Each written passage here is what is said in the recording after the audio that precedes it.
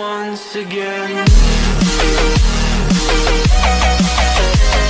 Hi guys, I would like to welcome you all to my channel Anytime Physics. Hello students, today we'll start with our new topic of 11th class and that is laws of motion.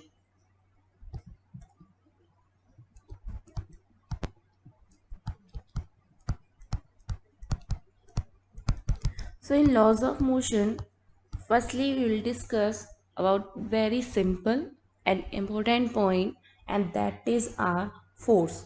So what is force? Anybody can see this in basic regular life that a simple thing that you can say push or pull on something is considered as a force. So we can say push or pull. Simple push or pull is known as force. That means force can be defined as agency which change or tend to change the state of rest or uniform motion or the direction of motion. That means कि suppose आपके पास कोई object rest में है, you can take it in motion. If an object is in motion, you can take it in rest and you can also change the direction. So all of these 3 points can be possible with the force. So we can take out an object in the motion when it is in rest when it is in motion, or in direction wherever we want to change the direction of the object. So all these things can be done with the help of force. So basically सबसे main point है हमारा that first we can take force can change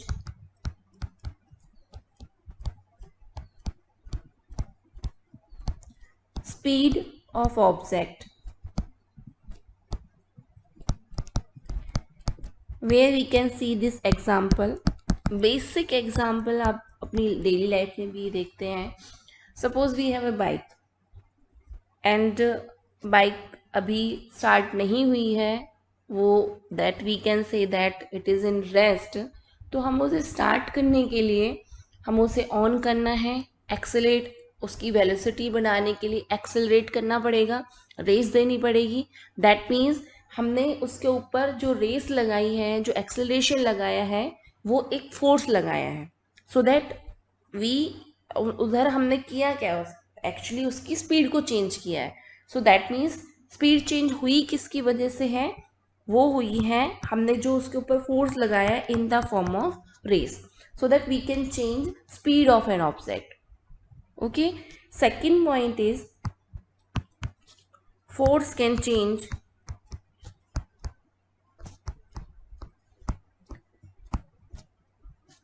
direction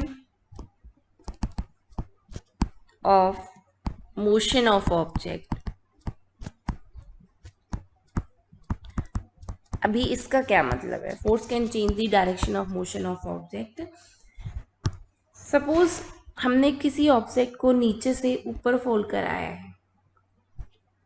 अब यहाँ से object ऊपर गया है.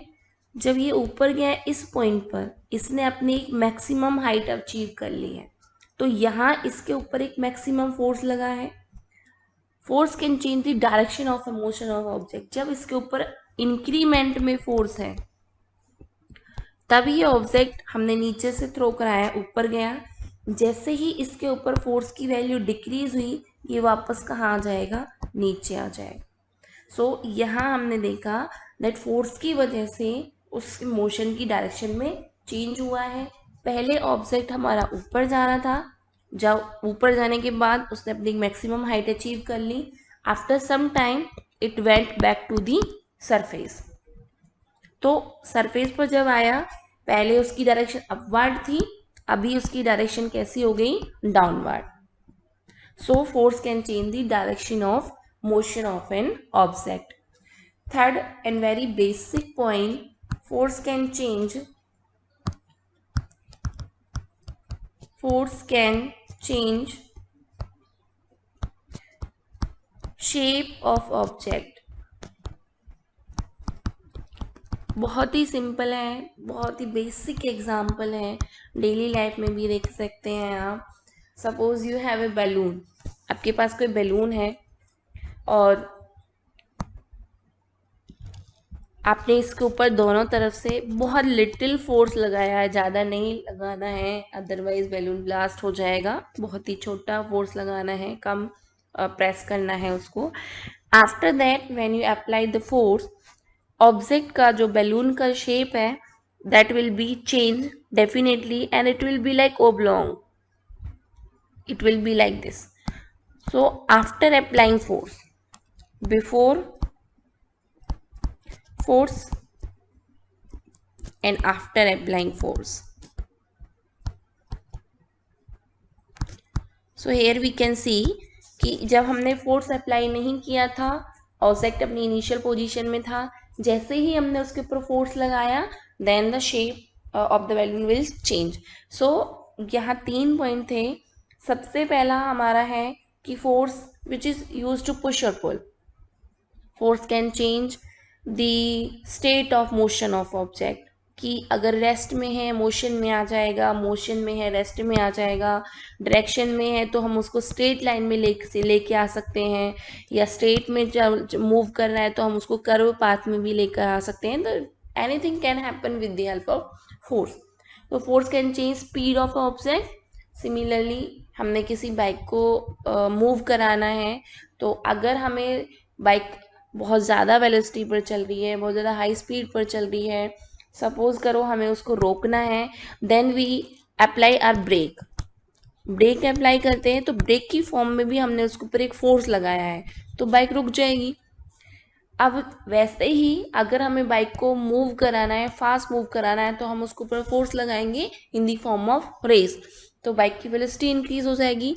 तो ये उसने किया जब हमने उसको रोका है तब उसकी स्पीड हुई है डिक्रीज, जब ब्रेक अप्लाई हुई है, और जब हमने उसके ऊपर रेस अप्लाई करी है उसकी स्पीड हुई है इंक्रीज। तो हमने बेसिकली फोर्स की हेल्प से क्या किया है, स्पीड ऑफ ऑब्जेक्ट चेंज की है। Next, force can change direction of motion of object.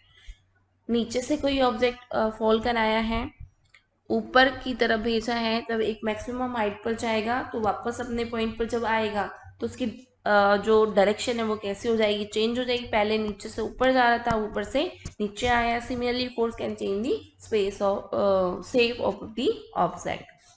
Here we have 2 points about force. Force को आप बेसिकली पॉजिटिव भी ले सकते हो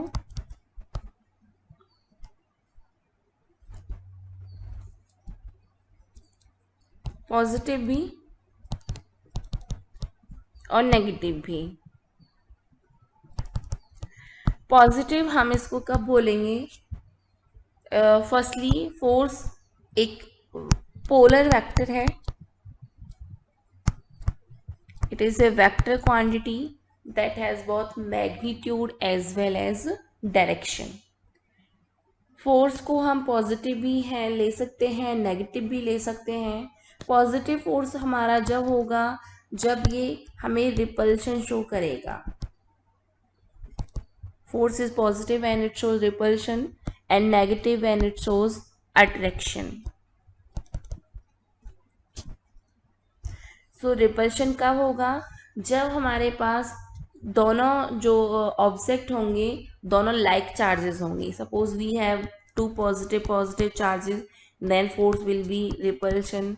If you have 2 negative charges, then also force will be repulsion. Attraction कब होगा, suppose you have 1 positive and other is negative, then force will be attraction. So force can be positive and negative, both repulsion and attraction. After that, इसके बाद this was the simple definition और about explanation of the force. इसके बाद हमने एक motion, जब भी हम फोर्स अप्लाई करते हैं तो ऑब्जेक्ट का मोशन किस तरह अफेक्ट होता है, इसके ऊपर काफ़ी थ्योरीज आई। तो फर्स्टली जो थ्योरी आई वो हमारी एरिस्टोटल की आई। एरिस्टोटल्स ने ये बताया कि अगर कोई ऑब्जेक्ट मूव कर रहा है तो that means to motion of an object an external force is necessary. External force, अगर हमें किसी ऑब्जेक्ट को मूव कराना है with the constant speed then external force is necessary moving with uniform velocity. So लेकिन that was will be proven wrong after Galileo experiment. So Aristotle को ये इसके ऊपर रॉन्ग प्रूव कर दिया गया, और जब रॉन्ग प्रूव कर दिया गया वो किया गया था बाय द गैलीलियो, और इसको इस एक्सप्लेनेशन को नाम दे दिया गया था एरिस्टोटल्स फॉलेसी। दैट उन्होंने बोला कि N external force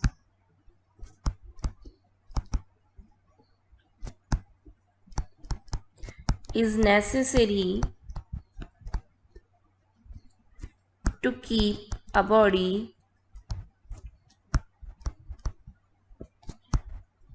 moving with uniform velocity। That means अगर हमें किसी ऑब्जेक्ट को यूनिफॉर्म वेलोसिटी से मूव कराना है सो हमें उसके लिए एक्सटर्नल फोर्स की रिक्वायरमेंट होगी। That will be proven wrong by the Galileo. So इसके बाद गैलीलियो ने हमें काफ़ी एक दो एक्सपेरिमेंट करके कंक्लूजन निकाला कि what will be happen with the moving object to maintain it in constant with constant speed. उन्होंने बोला कि if there were no friction, अगर हम किसी ऑब्जेक्ट को मूव करा रहे हैं सो डेफिनेटली अगर किसी ऑब्जेक्ट के ऊपर फोर्स लगाया जा रहा है then friction will also come in the opposite direction of applying force. अगर इस ऑब्जेक्ट को मूव कराते टाइम फ्रिक्शन प्रोड्यूस ना हो, if there is no friction then no external force will be required to maintain state of motion of body। that means अगर हम किसी object को मूव करा रहे हैं और इसके ऊपर अगर फ्रिक्शनल फोर्स प्रोड्यूस नहीं होता है तो हम उस ऑब्जेक्ट के ऊपर एक्सटर्नल फोर्स अप्लाई करने की कोई ज़रूरत नहीं है। लेकिन एरिस्टोटल ने हमें बताया कि किसी ऑब्जेक्ट को अगर यूनिफॉर्म वेलोसिटी से आपको मूव कराना है तो उसके ऊपर हमें एक्सटर्नल फोर्स की रिक्वायरमेंट होगी। सो ये प्रूव हो गया कि एक्सटर्नल फोर्स की रिक्वायरमेंट नहीं होगी by the Galileo's. So next we will do, ये जो गैलीलियो ने एक्सपेरिमेंट किया था that is known by the law of inertia. So the very important point, the law of inertia।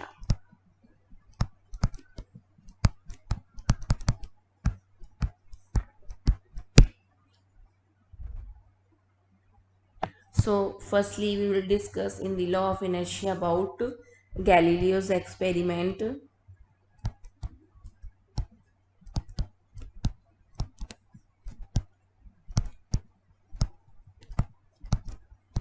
on motion of object।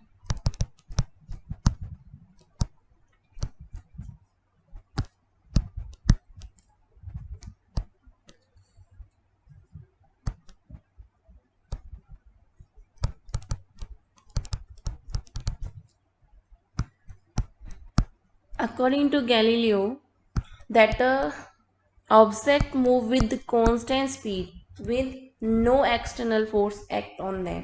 यही तो उन्होंने prove किया था रॉन्ग एरिस्टोटल को कि अगर किसी ऑब्जेक्ट को मूव करा रहे हैं कांस्टेंट स्पीड के लिए के साथ then we don't need an external force to move object with constant speed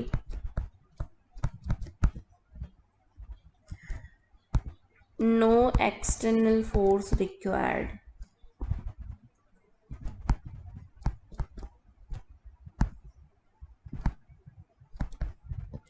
अब ये प्रूव किया गया एक एक्सपेरिमेंट के थ्रू, और उन्होंने एक्सपेरिमेंट किया एक इंक्लाइन प्लेन पर, एक सिंगल इंक्लाइन प्लेन पर।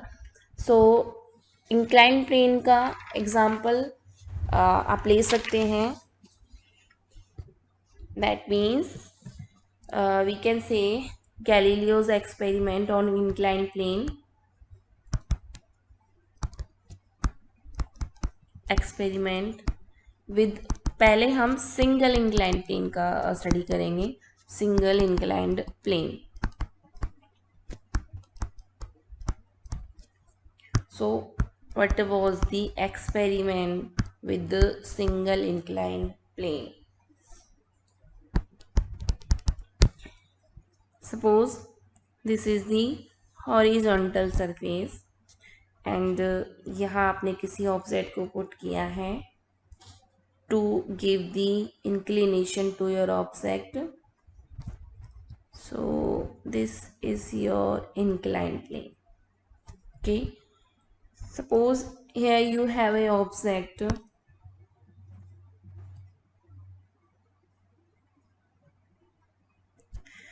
जब भी ये ऑब्जेक्ट ऊपर से नीचे आएगा इस सरफेस पर, सो इसके लिए क्या होगा, जो ये स्लोप है, अभी ये स्लोप इसके लिए वर्क करेगी एज ए डाउनवर्ड स्लोप।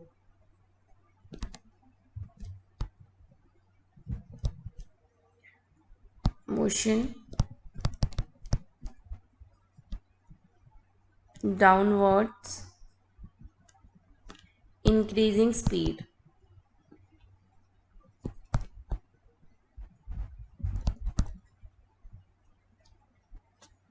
अगर ऑब्जेक्ट किसी इंक्लाइन प्लेन पर ऊपर से इस तरह नीचे आएगा, then the velocity will be increase, the speed will be increase. Similarly अगर हम एग्जाम्पल लेते हैं इसी का, कि हमने इसी इंक्लाइन प्लेन पर ऑब्जेक्ट को, suppose this is the incline plane, अब इसी इंक्लाइन प्लेन पर हमने ऑब्जेक्ट को नीचे से ऊपर लेके जाना है, उस नीचे से ऊपर लेके जाना है।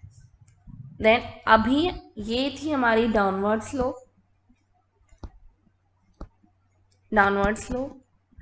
And this is our upward slope. Upward slope पर जब भी हम ऑब्जेक्ट को मूव कराएंगे, then there will be decrement in speed, decrease speed.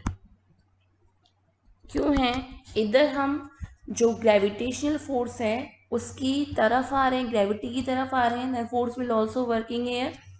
इधर हम ग्रेविटेशनल फोर्स के अपोजिट जाएंगे, then we have to apply more force, तो इसके ऊपर जब ज़्यादा फोर्स अप्लाई करना पड़ेगा तो यहाँ इसकी स्पीड डिक्रीज होगी, इधर इसकी स्पीड इंक्रीज होगी।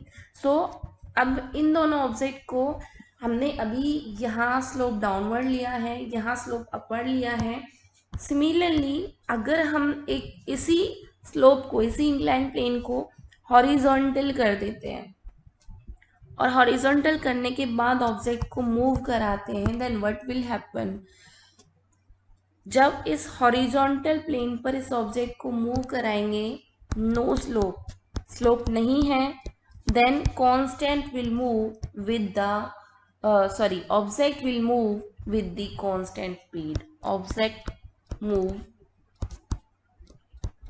with constant speed. So this was the example given by, this was the experiment given by Galileo, कि अगर आप किसी ऑब्जेक्ट को इधर किसी इंक्लाइन प्लेन के पर लिया हमने, सो अभी हम इसके ऊपर खुद से कोई फोर्स अप्लाई नहीं कर रहे हैं, तो इंक्लाइन प्लेन को हमने स्लोप पहले डाउनवर्ड रखी है, object will goes on increment, the speed of object goes on increment. Similarly जब नीचे से ऊपर लेके जाएंगे, then speed will goes on decrement. अगर उसी inclined plane को हम एक horizontal path बना देते हैं, then slope नहीं देते हैं, तो object हमारा constant speed के साथ move करेगा।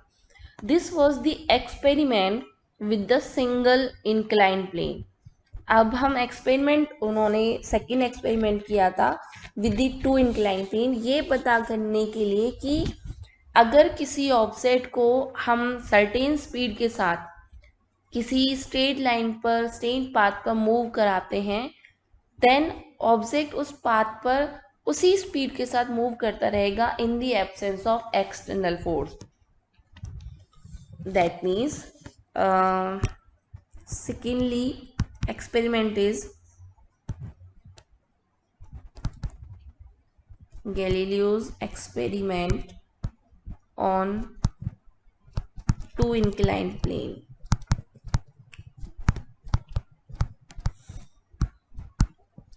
What was the experiment?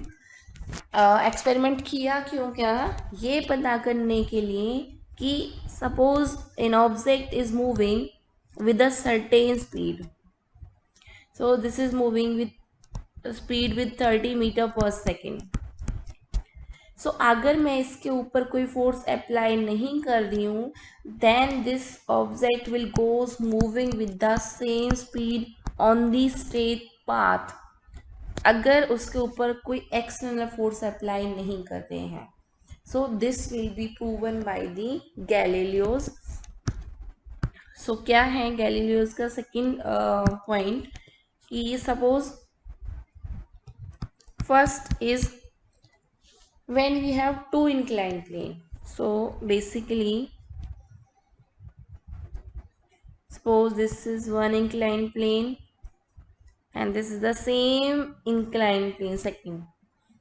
सो यहाँ से हमने एक ऑब्जेक्ट को मूव कराया है कि ऑब्जेक्ट इधर मूव हुआ, अभी ऑब्जेक्ट डाउनवर्ड गया, इसने इस सरफेस पर मोशन किया, then object will goes moving with the same speed with at the same height but not the actual height. This is the final position. I'm saying not to the actual height. क्यों नहीं होगा? क्योंकि जब ये object move कर रहा है एक अनदर फोर्स भी उसके अगेंस्ट प्रोड्यूस हो जाता है, that is our frictional force. तो यही क्वेश्चन है कि अगर ऑब्जेक्ट के साथ कोई दूसरा जो ऑब्जेक्ट मूव कर रहा है और फ्रिक्शन फोर्स प्रोड्यूस नहीं होता है तो वो सेम स्पीड के साथ मूव करेगा, लेकिन यहाँ ऑब्जेक्ट के साथ फ्रिक्शन फोर्स प्रोड्यूस होता है, सो वो मूव तो करता है लेकिन सेम हाइट तक जाने के लिए उसे वो रिमूव करना चाहिए, लेकिन वो रिमूव नहीं हो सकता है तो वो उसके साथ प्रोड्यूस होता रहता है. तो वो इसलिए अपनी फाइनल पोजीशन पर पहुंचने के सेम हाइट गेन नहीं कर पाएगा. एक्चुअल में जो हाइट होगी वो सेम नहीं होगी बट उससे ज़्यादा डिफरेंस भी नहीं होगा. So just because of the external force. So we can say it reaches to the same height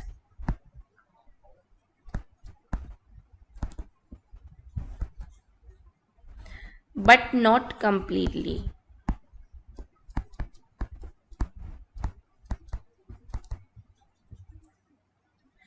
Due to presence of friction.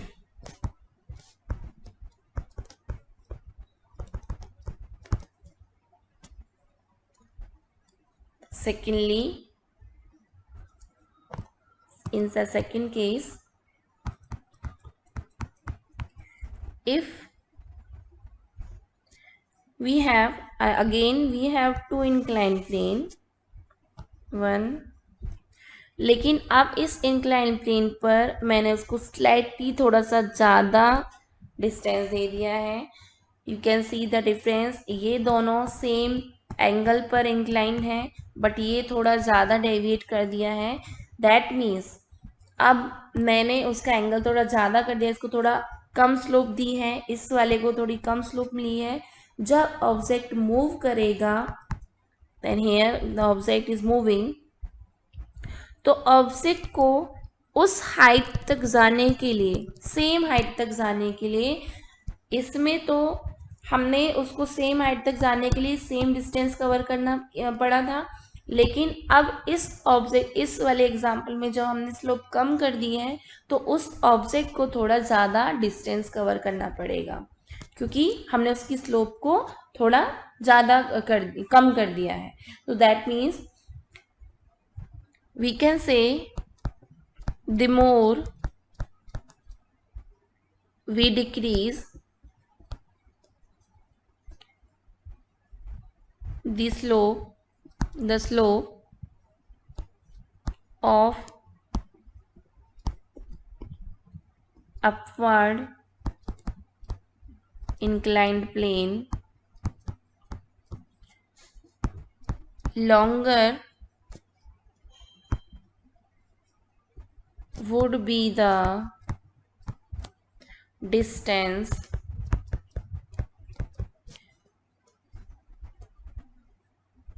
has to travel by object. So object will move with the same speed, but उसको थोड़ा ज़्यादा distance cover करना पड़ेगा अपनी main position तक जाने के लिए. In the third example we can take, अगर मैंने एक प्लेन को इंक्लाइंड रखा है और दूसरी जो साइड है उसको मैंने बिल्कुल हॉरिजॉन्टल कर दिया है. अब मैंने दूसरा जो साइड है उसको बिल्कुल हॉरिजॉन्टल कर दिया है. Now what will happen, object यहाँ है, ऑब्जेक्ट मूव कर रहा है, तो object will goes on moving, object will goes on moving till the object can move with the uniform velocity. तो ऑब्जेक्ट को इसकी सेम हाइट तक, सपोज जैसे यहाँ ऑब्जेक्ट को हाइट तक पहुंचने के लिए थोड़ा ज़्यादा डिस्टेंस कवर करना पड़ा था, अब ऑब्जेक्ट को इसकी सेम हाइट तक पहुंचने के लिए ऑब्जेक्ट को बहुत इनफाइनाइट डिस्टेंस तक जाना पड़ेगा. That means object will have to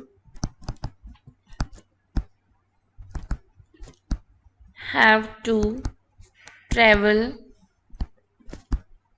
infinite distance to reach same height. So this was the experiment of Galileo, that an object can move with the constant speed if, अगर हम उसके backward में object की जो motion है वहाँ कोई external और लाइक फ्रिक्शनल फोर्स प्रोड्यूस नहीं होता है, तो object will goes to move on with the same speed on the straight path in absence of external force. So we can say that a body moving by the Galileo definition of the motion, a body moving with certain speed along a straight path will continue to move with the same speed along same path in absence of external force. Body same speed के साथ move करती रहेगी on the same straight path with same speed in absence of external force.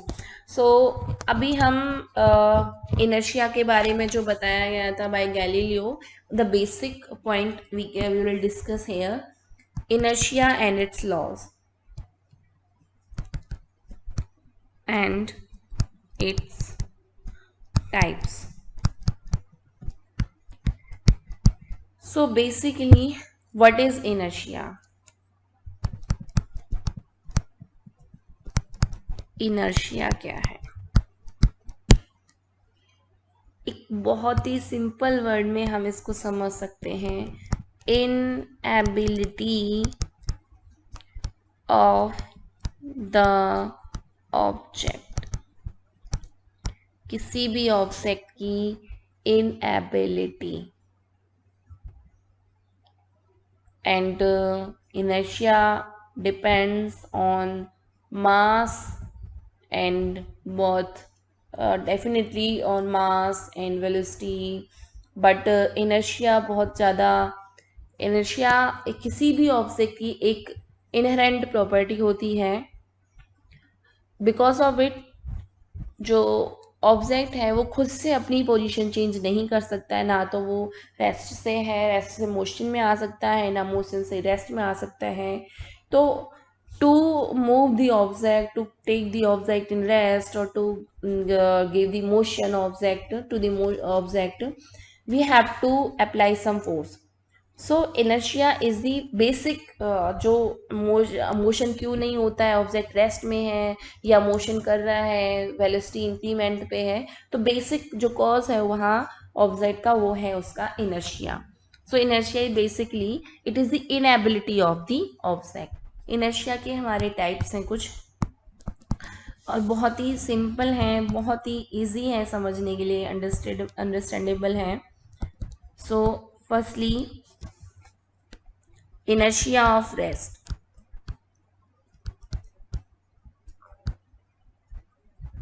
Second है हमारा inertia of motion,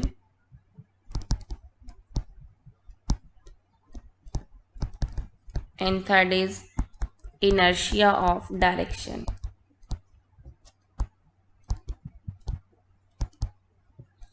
कैसे समझ सकते हैं? बहुत ही सिंपल है एग्जाम्पल समझने के लिए, और डेली लाइफ में यूज होते हैं। inertia of rest कैसे समझेंगे? Suppose this is a person, this is an object, and you are traveling in a bus, and this is the surface of the bus, surface of bus, और ये हमारा object है। Suppose this is a person, you can understand easily through this example. ये basically जब भी हम travel करते हैं बसेस में या किसी भी व्हीकल में, तो हम इनको खुद से बहुत ज़्यादा फील कर सकते हैं इन एग्जाम्पल्स को, इन मोशन को, इनर्शिया को। So suppose this is the lower portion of the body and this is the upper portion of the body. So क्या होगा, जो लोअर पोर्शन है और ये जो सरफेस ऑफ द बस है बोथ आर इन कॉन्टेक्ट, तो यहाँ इन दोनों के ऊपर जो फोर्स अप्लाई होगा that will be our contact force. लेकिन जो अपर पोर्शन है that is not in contact with the surface of bus, तो अपर पोर्शन के ऊपर कॉन्टेक्ट का फोर्स अप्लाई नहीं होगा, सिर्फ लोअर पोर्शन के ऊपर अप्लाई होगा। सो क्या होगा, as bus start to move, lower portion के ऊपर कॉन्टेक्ट का फोर्स लगा, तो lower portion will start to move with the surface of the bus, and in the universe everything wants to be stay in their initial position, nobody wants to change their position by their own self, by their self। तो क्या होगा, upper portion कह देता है कि भाई मैं है लोअर पोर्शन के कांटेक्ट में नहीं हूँ और मेरे ऊपर ये कांटेक्ट का फोर्स अप्लाई नहीं होगा, then I will not move, so upper portion will not move. अब इस अपर पोर्शन के ऊपर जो लॉ लग रहा है वो है हमारा inertia, because it does not want to move, because it is there inability, inherent property. तो lower portion will start to move. जब लोअर पोर्शन मूव करना स्टार्ट कर देगा तो हमारा जो ये लोअर पोर्शन है ये आगे जाएगा एंड अपर पोर्शन कहाँ चला जाएगा, पीछे। तो जब भी बस स्टार्ट होती है then we feel a jerk, तो जर्क क्या होता है कि हमारा अपर पोर्शन जो होगा, बॉडी जो होगी वो पीछे हो जाएगी और लोअर पोर्शन जो पैर है हमारे वो कहाँ चले जाएंगे, आगे। अपर पोर्शन पीछे जाएगा due to inertia of rest, and body जो मूव करेगी आगे because of the contact force between the surface of bus. तो इनर्शिया ऑफ रेस्ट कब अप्लाई होगा, जब भी आपका ऑब्जेक्ट रेस्ट में है रेस्ट से मोशन में आ रहा है, रेस्ट टू मोशन में आ रहा है, तब आपका इनर्शिया ऑफ रेस्ट अप्लाई होगा। सिमिलरली इनर्शिया ऑफ मोशन हम कैसे कर सकते हैं? Again, this is the example. This is surface of your bus and this is the body of an object. Again, this is the lower portion and this is the upper portion. बस move कर रही है, बस is in motion, inertia of motion हम study कर रहे हैं, बस is in motion, that means ये लोअर पोर्शन के ऊपर और बस के सरफेस के ऊपर अगेन कांटेक्ट का फोर्स है। upper portion is not in contact with the surface of the bus, surface of the bus, तो अपर पोर्शन के ऊपर कांटेक्ट का फोर्स अप्लाई नहीं होगा। अब सडनली एक पॉइंट आया कि बस रुक गई, जब बस रुक गई है तो लोअर पोर्शन के ऊपर जो कांटेक्ट का फोर्स लग रहा है उसकी वजह से lower portion will stop to moving, but upper portion के ऊपर कोई भी फोर्स अप्लाई नहीं हो रहा है क्योंकि उसके ऊपर तो क्या है, इनर्शिया का लॉ लग रहा है, वो कांटेक्ट में नहीं है। That means upper portion goes on moving, upper portion move करता रहेगा, लोअर पोर्शन रुक जाएगा। Upper portion will goes in forward direction and lower portion goes in backward direction. So जब भी बस रुकती है सो हमारा अपर पोर्शन है वो आगे की तरफ फॉल होता है एंड लोअर पोर्शन कहाँ है, पीछे की। सो दैट मीन्स जब बस सडनली स्टॉप होती है तो जो पर्सन है उसके अंदर जो बैठा हुआ है then it will goes in forward. So we can say person goes in forward direction. इधर हम कह सकते हैं person goes in backward direction.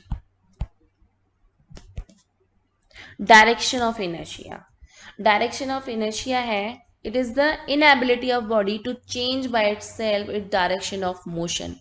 Suppose आपके पास एक स्ट्रेट पाथ है and object is moving on this path continuously, suddenly एक कर्व पाथ आ गया है और उससे हमें उस कर्व पाथ पर मूव करना है।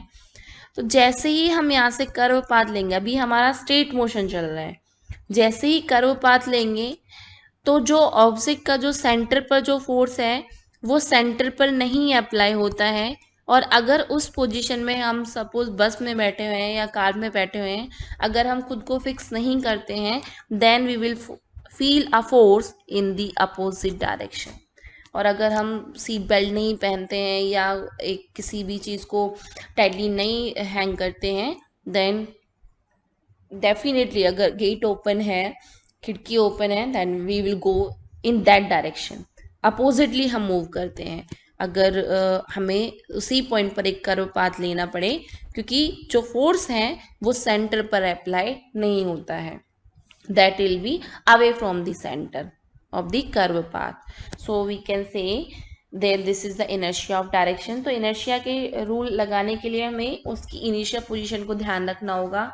इनर्शिया ऑफ रेस्ट होगा जब रेस्ट से मोशन में आएंगे, इनर्शिया ऑफ मोशन होगा जब मोशन से हम रेस्ट में आएंगे, एंड इनर्शिया ऑफ डायरेक्शन होगा जब स्ट्रेट पाथ से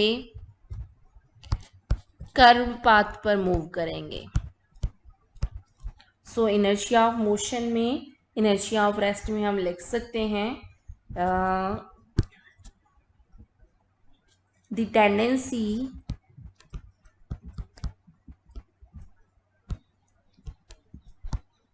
of a body to remain in its position of rest, and inertia of motion में लिख सकते हैं tendency of a body to remain in its state of uniform motion in straight line.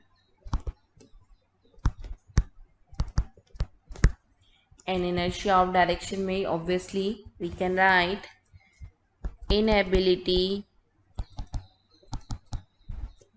of body to change by itself its direction of motion. So this was our inertia. So we can give the relation between, we can also give the relation here between mass as the measure of inertia. Mass कैसे समझ सकते हैं? Mass as the measure of the inertia कैसे समझ सकते हैं?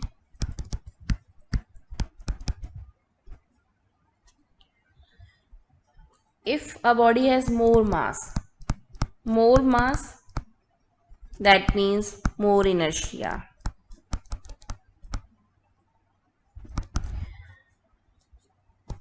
And second point, less mass, less inertia. कैसे समझ सकते? बहुत ही सिंपल एग्जाम्पल है. अगर हम किसी फुटबॉल को किक करते हैं, suppose this is a football, हम इसको किक करते हैं, then this football will goes on keep moving with a long distance. लेकिन सिमिलरली इसी साइज के किसी स्टोन को हम किक करें, this is a stone and this is a football. अगर सेम साइज के किसी स्टोन को हम उसी फोर्स के साथ मूव करें तो हार्डली ये मूव होगा.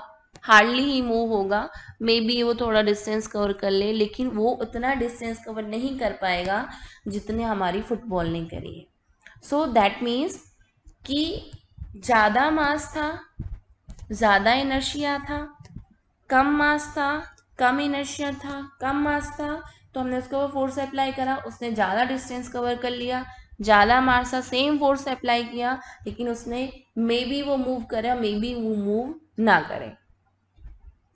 तो इसका मतलब है स्टोन ने अपोज किया टू चेंज द मोशन, लेकिन फुटबॉल ने उसका अपोज नहीं किया है. So that means stone has more inertia than the football. So this is the basic difference on the basis of mass.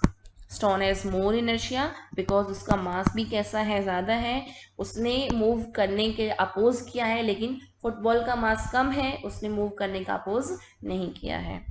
So this was the topic for today. So inertia and about Galileo's views over motion of object on straight path. So please do like our video and subscribe our channel. Thank you so much.